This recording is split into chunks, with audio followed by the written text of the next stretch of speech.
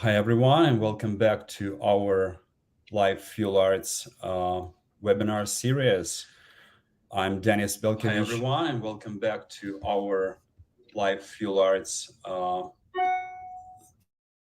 Sorry again. Yes. So, as you know, for the next weeks, our webinars will focus the diversity of the Tezos ecosystem. So, these webinars have already started introducing you to the managers, curators, founders, artists, and technical experts working to develop the number one blockchain for arts, which is definitely Tezos. And as I said, my name is Denis Belkevich. I'm the co-founder and CEO of Fuel Arts. And with me is our co-host, Sonia Stubblebine, project manager of Fuel Arts, with her microphone muted so far. Sonia is based now in Dubai, so she has just visited the Christie's Art Tech Summit. So please expect in our next newsletter the summary of the key findings from these outstanding events. Maybe just in one phrase, could you summarize that summit? Absolutely. It was an incredible event. Unfortunately, it was only one day. It took place today in Dubai. So all the art tech professionals were there. And also, if anyone is in Dubai, they can attend the fair because it's still happening this weekend. And you should definitely follow our social media because we have a bunch of insights that we actually going to share with you from the conference and from the Fair of Art Dubai. Thank you, Sonia. And I should remind that in a week, we'll be publishing our second report on the investments into art tech and NFT startups ecosystem. So on Tuesday, March 14, we'll make a live event, a live presentation of this report. So stay tuned. But at the same time, we're continuing working with the startups of the first batch of the Fuel Arts and Tezos Accelerator. We're preparing the interviews with all the participants, with all the startups of the batch. So starting from next week, you'll have a unique chance to know more about these top 10, which are trying to conquer the arts and tech market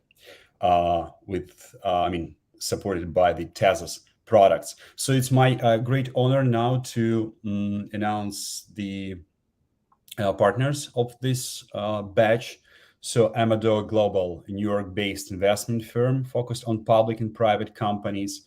Educate Me, a Ukrainian platform that gathers live sessions, lessons, contents, and assignments for all the learners in a single space.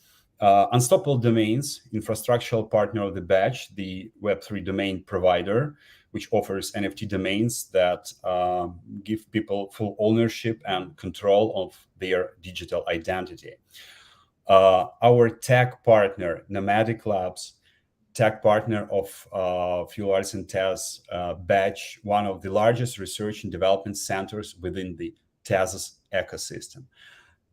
Radio Button, our tech partner of Fuel Arts from Germany, which successfully develops the most ambitious and scalable projects.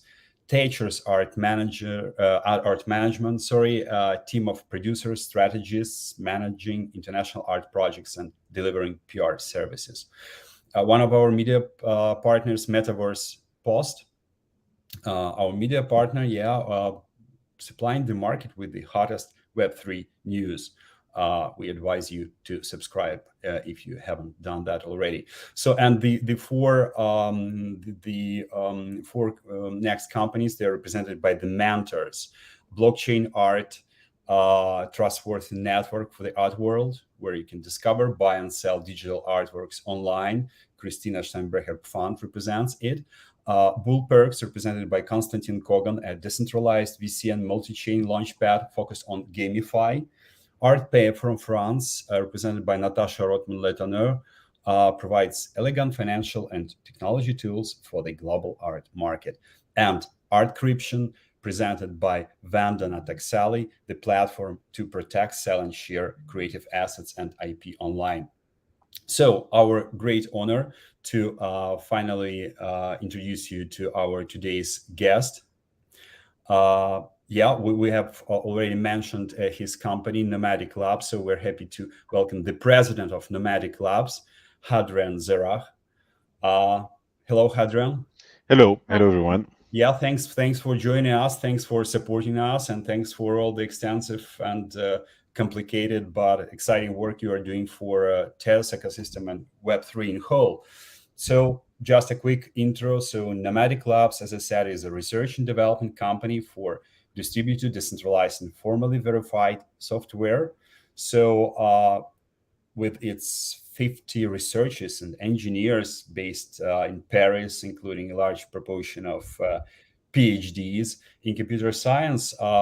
You're currently, I mean, Nomadic Labs is currently dedicated to the development of an open source implementation of the Tezos protocol and all the associated tools. And you, Hadrien, as we know, as an adoption manager, so you support companies in their discovery of the Tezos protocol and their projects to implement this technology. So that sounds quite official, but if you look at the Tezos ecosystem, so Nomadic Labs is nearly everywhere, so touched or help to develop the most of the protocols. So our first question is about your role. So what's the role of Nomadic Labs in the Tezos ecosystem? Thank you for inviting me. I think you already answered most of the question, but I will explain it a little bit again. Nomadic Lab is a French company based in Paris. We are about 80 people, and as you mentioned, we have 50 PhDs in computing science building the Tezos protocol, which is a public blockchain. So this is what the biggest department of Nomadic Lab. We are working on the different updates of the Tezos blockchain because, as you know, it's a blockchain that can evolve through time.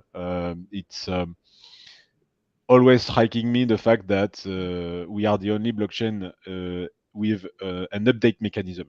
Which is crazy when you think about it, because when you use a software, and the blockchain is just a software, it's just that it's a decentralized software, which is running on a decentralized infrastructure. You always have an update mechanism. When you play a video game, there are some updates. And Tezos, the beauty of Tezos is that it's a software where you have an update mechanism. So Nomadic Lab is working on the different updates, and we are working on the next one. We have Mumbai, which is arriving end of March. We are working as well on the maintenance of the chain, and yeah, so that is the first part of Nomadic, this big department of research and development. We also have a classical department with finance, human resource, communication, which is taking care of the activities of the daily activities of the company. And we also created since 2019 what we call the adoption and tech support department, which is a little bit less than 15 people working at helping any kind of entity willing to deploy a smart contract or a decentralized application on top of Tezos. It can go from the startup to the big corporate institution. And we decided to limit our area to France, Belgium, Luxembourg, and the Netherlands. Okay, so we are covering only those 4 countries. And what we do is we bring technical support for free, networking. We are trying to help as much as possible people, companies, startups to build on top of Tezos. So this is really the role of Nomadic. I will summarize in with 2 things: building the Tezos blockchain and maximizing the adoption of the Tezos technology in France, Belgium, Luxembourg, and Netherlands. Thank you, Hadrien. Also, I want to ask you, like you just mentioned these 4 countries. What was the logic behind why exactly the company chose to work, within these 4 countries and not with other countries? What was the story behind? The story is because before joining Nomadic Lab in 2019, I was working as a sales manager in Latin America, and I quickly understood that you need to limit your area if you want to do things well. I mean, if you try to do too many things by trying to cover too many countries, you end up doing nothing well. So the beauty of blockchain technology is that it can be used in any kind of industry. It can be art and culture, but it can be gaming, it can be finance, energy, etc., etc. So in just one country, you have already so many players that there is a lot of work to do. So from my previous experience, I knew that you need to focus on a delimited area to reach efficiency. And even by covering only one country or a few countries or a limited area, you need to be selective as well. So this is why we started with France. We quickly realized that there was a lot of work to be done, and you need to work with gaming industry, like Ubisoft, finance industry, Société Générale, the Central Bank of France, but energy with EDF. So a lot of work. And then we decided to expand a little bit. We've started by Luxembourg and realized that there was a strong link between Luxembourg, Belgium, and Netherlands, economically speaking. And this is why we decided to grow accordingly. And the answer is if you limit the area, then you control more what you do, and it's easier to reach efficiency. Thank you. You're welcome. Yeah, Hadrien, may I ask you, so what are some ways that large enterprises can engage with Tezos blockchain? Mm-hmm. Because, you know, in recent years, we saw a lot of partnerships of the Tezos blockchain between, like, Manchester United Mm-hmm. and Tezos, or Fuel Arts, or Art Basel. So what are the ways that the large enterprises or brands can engage with Tezos? And let's say, from your perspective, how do those large companies interact with the network? Okay, so it's a broad question. There are two, I would say, possibilities. What the first one is a direct partnership, just like we have seen with Red Bull, McLaren, or Manchester United. And the other possibility is to create an ecosystem around the Tezos technology, so that by creating this ecosystem of builders, consulting firms, incubators, product companies, you end up reaching to those end users and large institutions. So I personally prefer the second part, which is the implementation we have in the France and Benelux. This is our strategy. So to answer your question, what we've done in 2019 is the idea was we quickly realized that we started 4 years after Ethereum, so we needed to catch up our late. And the strategy was, okay, we need to go as fast as possible. So we thought that it was better to work in partnership with different technical integrators or actors from a delimited area, which was France in 2019 only, and to partner with all players of this area to multiply the possibilities to spread the Tezos technology. So what we've done is, instead of becoming a dev shop and selling the apps or smart contract development, we approach every technical integrators of France. And now we are working with 20 different technical integrators. Instead of trying to sell consulting services, what we've done is that we partnered and we brought technical support to every consulting firm in France, so that they can sell services on top of Tezos. Then more recently, and we are still in this process, what we are trying to do is to partner with, as much as possible, incubators, so that they can detect and select efficient, interesting companies, and we will bring technical support, networking, mentoring, and then those entrepreneurs will be able to build on top of Tezos. So you see, the idea is, instead of doing what existing players are doing in the ecosystem, we are going to partner to accelerate the fact that Tezos can spread in the area. And what is striking us is that today project like PMU Stables, which is a fantasy game on Tezos in France, it has been brought to us by a technical integrator.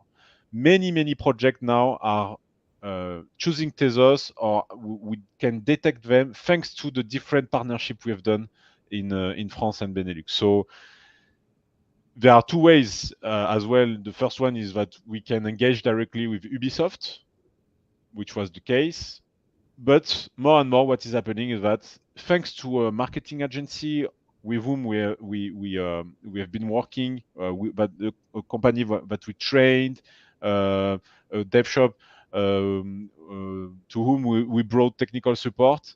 Now they are becoming ambassadors, and they multiply the point of contacts in the ecosystem, and generally they chase projects for us by answering, for instance, the request for quotation from, I would say, for instance, we have the French Post, for instance, that builds on top of Tezos, and it didn't come directly from us, but it was because a technical integrator with whom we are used to work detected the deal and made the deal with them. You see the idea? So this is really the strategy that we have. I think it's the best way to move quickly and to work in, I would say, harmony with an existing ecosystem. Thank you. Thank you for explaining how exactly you operate and how you move forward. Because I feel like, when people look at the website, they don't always understand, how the company is moving forward. And here it's very interesting just to get the process and get the understanding. Also, by preparing to this interview, I read other interviews with you, and you often mention the term corporate baker. Yep. Could you please explain to us what exactly stands behind this term? Yeah, so it's always the same story. It's our obsession is to maximize the adoption of the Tezos technology. I truly believe we have the best technology, blockchain technology in the world, and I'm not saying that because I work for Tezos, but because I see the work from the engineers here, and but it's not enough to have the best technology. It's not going to be adopted if you don't have a strategy, and you made a lot. You put a lot of efforts to have your technology adopted. So I described this strategy to approach different technical integrators, consulting firms, incubators, so that you partner with them, and then they use your technology to sell services, and this is the way you can spread the Tezos technology and maximize its adoption. Another strategy was to, because in big companies, institutions, generally you have the innovation department. Big companies, they are slow. They are not always very well organized because they are big, and they need time. So the idea we had is that we need to engage with innovation department, and we need to, because we know there are always few engineers, few persons in love with technology.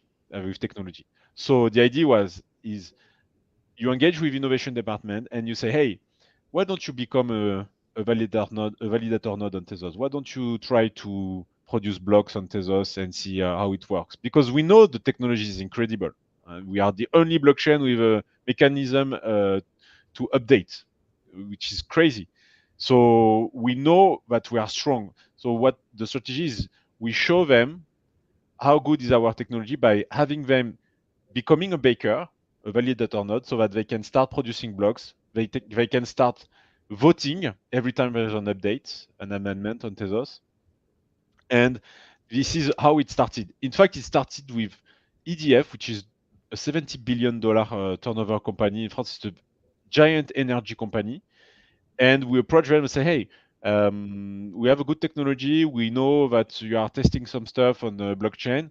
Why don't you try to be a node on Tezos, a validator node? Say, okay, let's do that. We help them. We brought technical support for free. And 2 years, it was in 2020. And now in 2023, they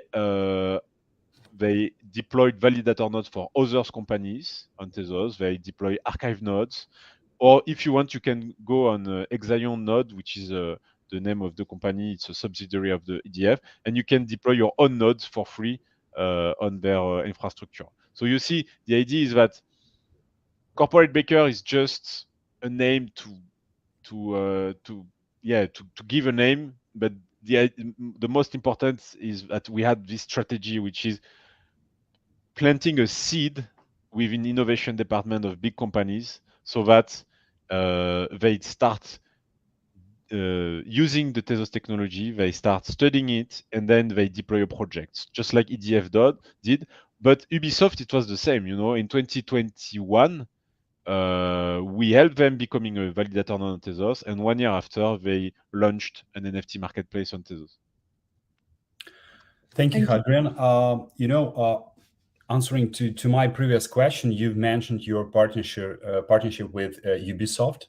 Mm-hmm. So may I ask you to elaborate more on that? Because Tezos and Ubisoft are two big brands in Web3 industry. So what exactly does your cooperation with Ubisoft entail? So in 2021, end of 2020, in fact, once we did the project with EDF, and once we helped them to become a baker, a corporate baker, we said, let's take all the companies, listed companies in France, and let's approach them and try to have them becoming a validator node. Okay, so we approach Ubisoft, say, we know that you are exploring Web3 technology. Would you be interested in becoming a validator node on Tezos? Say, okay, let's study that. And just like I was mentioning earlier, they started to deploy a validator node, and they fell in love with the Tezos technology. So it was in January, February 2021, and then we knew that they were willing to deploy an NFT marketplace, and at the beginning they were working on Ethereum. But by discussing with them, they said, but Ethereum it was still on proof of work, so it's not going to be okay for our compliance department in terms of ESG, etc., etc. So they decided to go on Polygon. And then I remember once in a meeting with one of their devs, they said, "Look, everyone is in love with Tezos, but we are too much engaged with Polygon to switch technology." And I said, "Let us give you some help. Let me help you. Let me bring some engineers from Nomadic, and let's spend a few months together. We build it together." And they say, "Okay, let's do a deal. We put some resources. Ubisoft put some resources. Nomadic as well. During 4 months, we have two teams. One building on Polygon, one on Tezos. In 4 months, we make a comparison. If Tezos is better, if our NFT marketplace is better on Tezos, then we switch definitely on Tezos. This is what happened. We were very late in terms of tools, stable coins integrated, but this project with the corporate gave us the possibility to improve.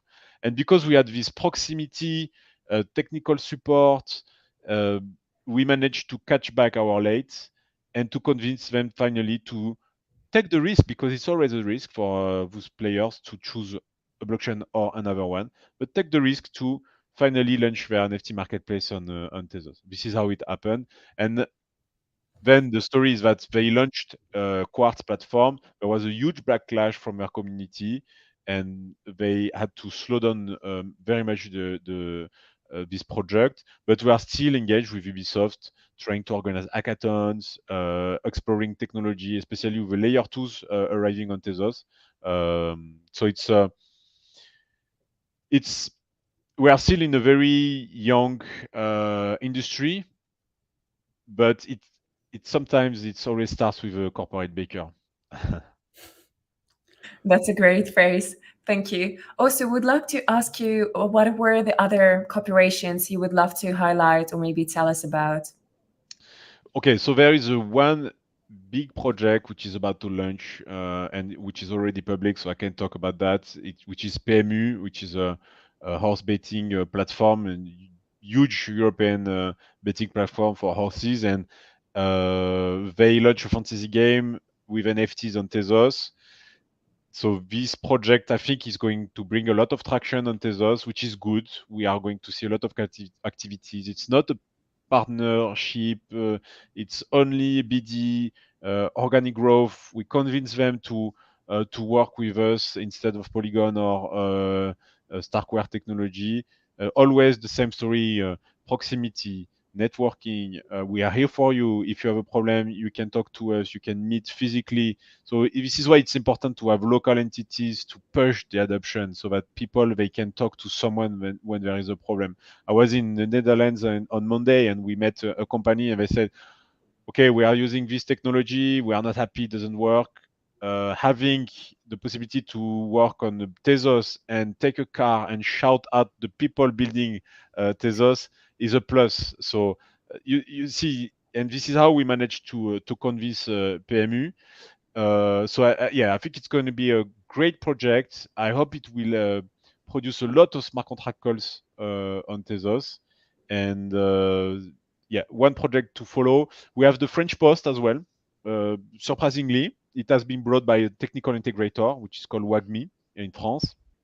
And they did the first mint, and in 2 days, it generated more than 1 million smart contract calls. So it's huge. It's really important.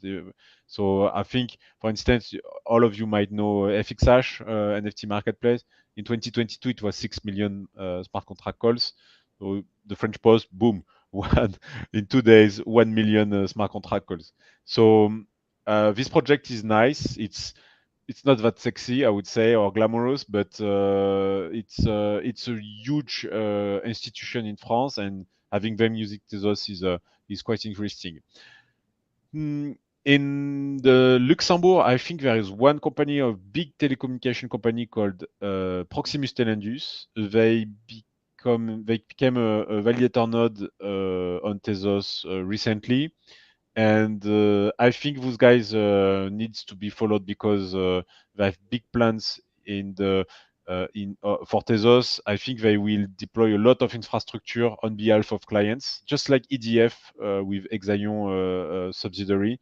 And yeah, I think this is something we should keep in mind, because our industry is still at the beginning, and it is an infrastructure market yet. I truly believe in this. I think we are at the stage of the infrastructure market. What I'm trying to say here is that there is a huge market to install infrastructure. And when I'm talking about infrastructure, I'm talking about nodes, archive nodes, validator nodes. Tomorrow in March, roll-up nodes with layer 2s.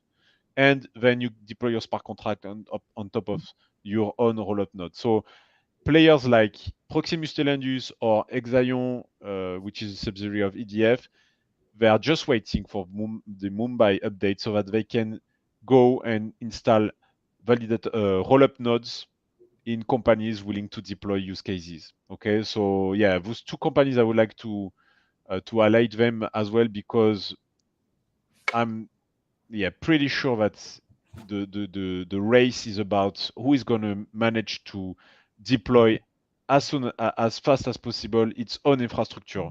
So if you have dozens and dozens, and maybe 2 years, hundreds of companies, and each of these companies has one archive node for a backup solution, a validator node, a rollup node, then you will become the kind of first global backend, and the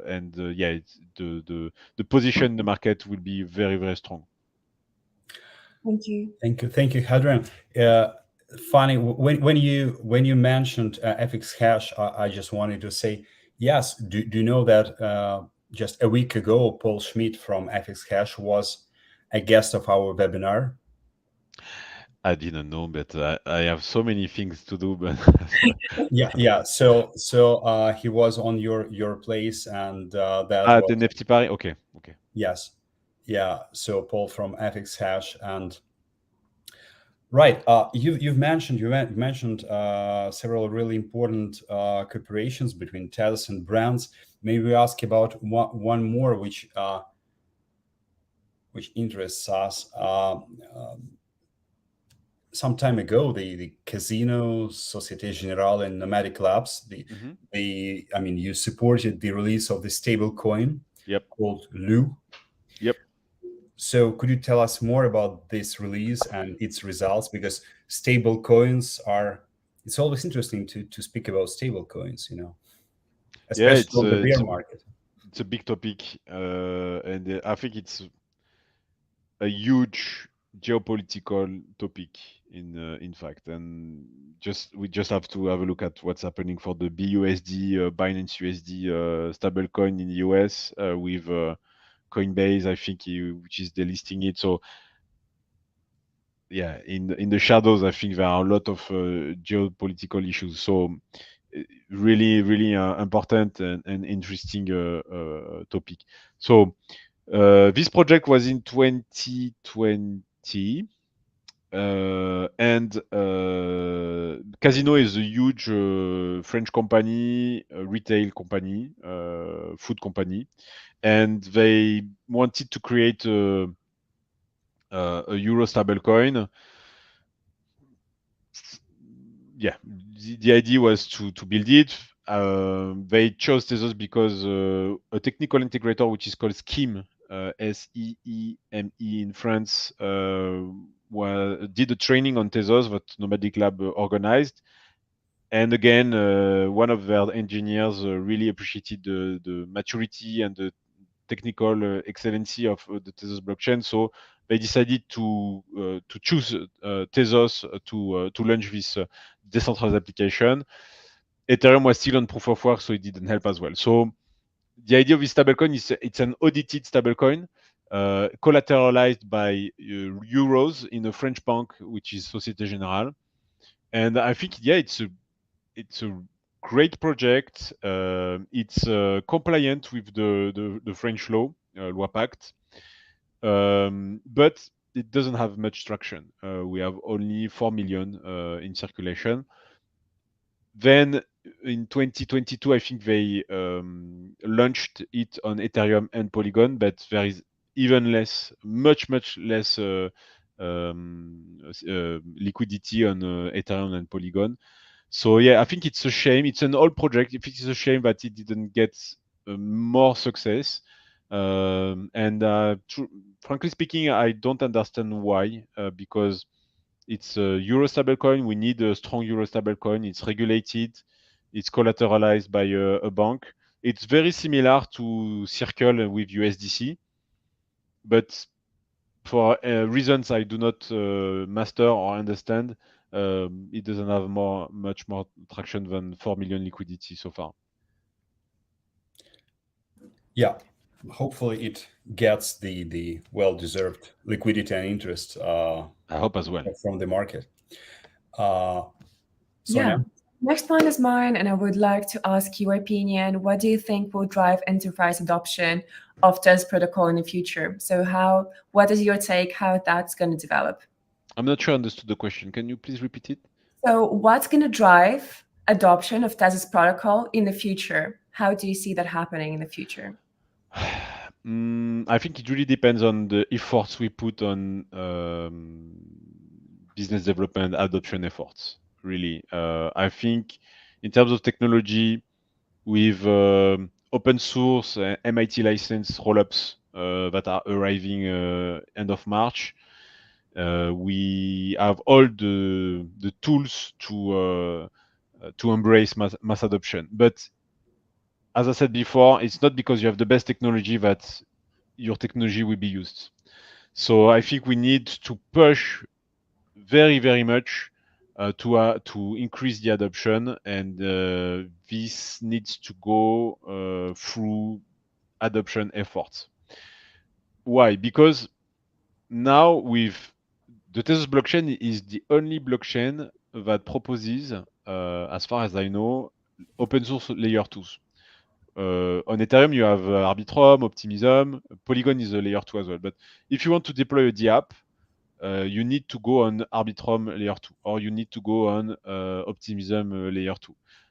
If you want to deploy your own rollup, which means if you want to do your own Arbitrum or your own Optimism, it's not possible. I mean, it's said to be open source, but in fact, it's very, very difficult. And this is why we don't see much layer twos so far on Ethereum. So, and I'm not trying to criticize Ethereum. The idea is just to explain that the choice we've made for Tezos is that end of March, everyone will be able to deploy its own layer 2 infrastructure. Okay, so this is really important because, and we are already seeing that people are starting to suffer from fees on layer 2s, and now they need to deploy their own small layer 2 so that they can do their operation.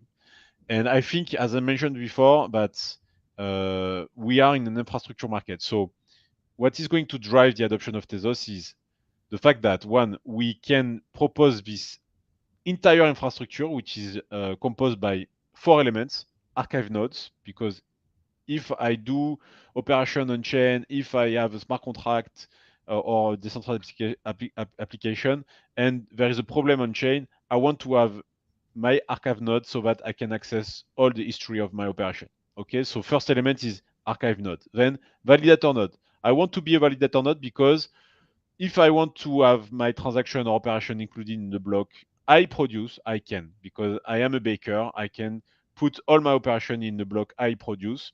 I can use my baking rewards as well to pay for the interaction with the chain. If I need to call a smart contract or deploy smart contract, no need to buy Tez. I can use the Tez that are generated by producing blocks. The Tez I receive by to be paid to be a validator node.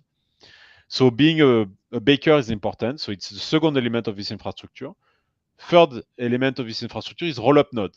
Now we have scalability thanks to rollups on Tezos that are arriving end of March. So if I am a company and I need to do a lot of transactions per second, I can deploy my own rollup node and do my operation and deploy the fourth element of this infrastructure, which are smart contracts. So you see, it's really about infrastructure. So, but what is interesting is that with Tezos, you can propose those 4 elements to every company in the world. And I think that if we have active teams doing this installation of infrastructure in, I don't know, museums, universities, hospitals, banks, gaming studio, and that everyone has it, then people will start to use the same infrastructure, which is Tezos.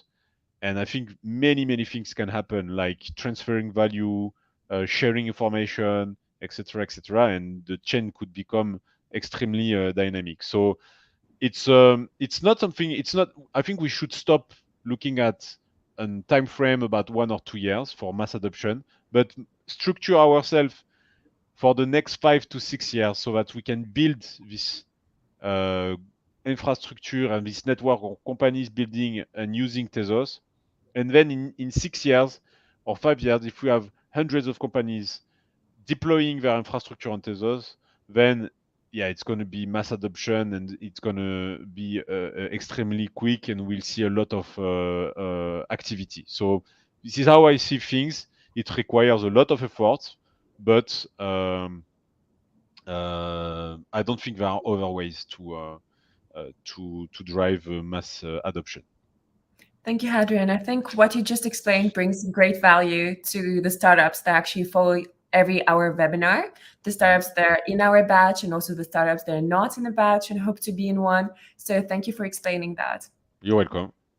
Yeah, thank you, Hadrien. We have 2 more questions left, and one of the questions is based on what you've just said about the mass adoption. As we know, the competitive ecosystem of blockchains is quite hard. So everyone has a desire to pick up as many startups to their ecosystem as possible. Yep. And this competitive ecosystem and those so-called blockchain wars are also called the layer 1 protocol race that we can widely meet in the mass media. So how do you see that? How do you see the layer 1 protocol race shaped up from the development, from the first appearance of blockchain until now? So what can you say about the methods that the blockchains use to compete? Okay, so I think there is a trilemma for blockchain, which is how to have security, decentralization, and performance. With layer ones, such as Tezos, you have decentralization and security, but in terms of performances, if you want to have a lot of transactions per second, it's difficult.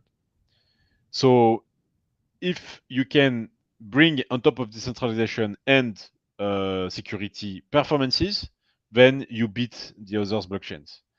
And by adding layer 2s with optimistic rollup or ZK rollup, hopefully later in 2023 or beginning of 2024, you can bring with layer 1 security, decentralization, and with layer 2 on top of layer 1. And this is where Tezos is interesting, because we will see maybe dozens and hundreds of layer 2s optimistic rollup on top of this very good technology, which is Tezos layer 1. And we will solve the performance problem. So, and I think this is the way the industry is evolving. We see it on Ethereum as well, because there is Ethereum, which is a layer 1 with proof of stake now based consensus algorithm, and the layer 2s, Arbitrum, Polygon, which is here for since a long time, Arbitrum, Optimism, and I think we'll see more and more. We have ZK rollup with Starkware as well. So you see there is a trend which is now very, very clear for people like you and me and all the people attending this webinar. We see that there is this trend with layer 1 and layer 2's optimistic rollup or ZK rollup. So to answer your question, I think the first blockchain that manages to provide open source, easy to use infrastructure, which is a very good layer 1, and I think Tezos is already okay and excellent with that. But with layer 2s easy to deploy and to use, yeah, this is the race that needs to be won. And I can tell you that we are working around the clock to have our rollups ready and easy to use, so that startups, but big companies, and I can tell you that in France and Benelux, people are already waiting for those rollups to start deploying their smart contracts on top of those layer 2. So this is exactly the trend, and I think that the first blockchain that manages to propose this infrastructure has increases its chances to get a good part of the market. Great. Thank you, Hadrien. Your explanation was very crisp and clear. Thank you. What's needed for mass adoption? Yeah. Absolutely, I agree with Dennis. And we would like to finalize this webinar with a question about the future. So looking into 2023, we have many months ahead. What are the plans of Nomadic Labs for the year ahead? So, as mentioned, we need to ship on mainnet optimistic rollup by the end of March, and it's already ongoing. It's being voted now on Tezos, but we are working very hard as well to propose as well an EVM compatible version of rollups, probably in June, July this year. So this is something the research and development department of Nomadic Lab is working a lot. Regarding adoption and support, we need to help project like PMU or French Post or Telendus Proximus being big successes, so that they bring a lot of activity on chain, a lot of smart contract calls, so that investors, companies, startups see that there's a lot of things are happening on chain, and this chain blockchain is alive. And I would like us as well to expand this year in 2023, especially with other countries in Europe. I think we have a good model. I think we have first a really good technology, which needs to be better known. And I think we have a very strong adoption and tech support model that can be very easily, and it's very cheap, because you rely on an ecosystem and you bring only your added value, which is the knowledge and the expertise on Tezos. So I think that if we can replicate this strategy in other countries such as Spain, Italy, or other countries, it'd be good so that we can bring more and more companies on top of Tezos and build this kind of backend, global backend of companies having their infrastructures on top of Tezos, and they will start exchanging and transferring value on top of Tezos. So expanding would be nice, and I think it would be nice. I really want it for 2023. Hadrien, thank you so much for sharing the plans and all the insights today. We really appreciate it. Yeah, thank you. We have several impressions/questions from the audience. Yeah, very informative. One of our partners of the batch are constantly watching all of the webinars. Thank you for that, Tezos Out Management. So very informative. Thank you, Hadrien. You're welcome. And also, it is interesting. I still don't know if it's a question or an expression of thoughts, but it's interesting to understand the tech part behind our projects based on Tezos. So it's like it's in between the question and a thought. From my perspective, the tech part should remain the tech part. It should be. It should. Yeah, exactly. And sorry, please go ahead. No. That's you're the specialist. You're the tech guru here. I'm sorry, it has not been very heart-oriented, but we are not artists at Nomadic, or maybe in computing science. And what we try to do and try to be the best as possible is to provide artists or entrepreneurs with the best infrastructure and blockchain infrastructure. So I really believe that, and this is our position. We've been working with within the art and culture space in France as well, but we are not trying to do their work. What we are trying is to say, hey, this is what I know.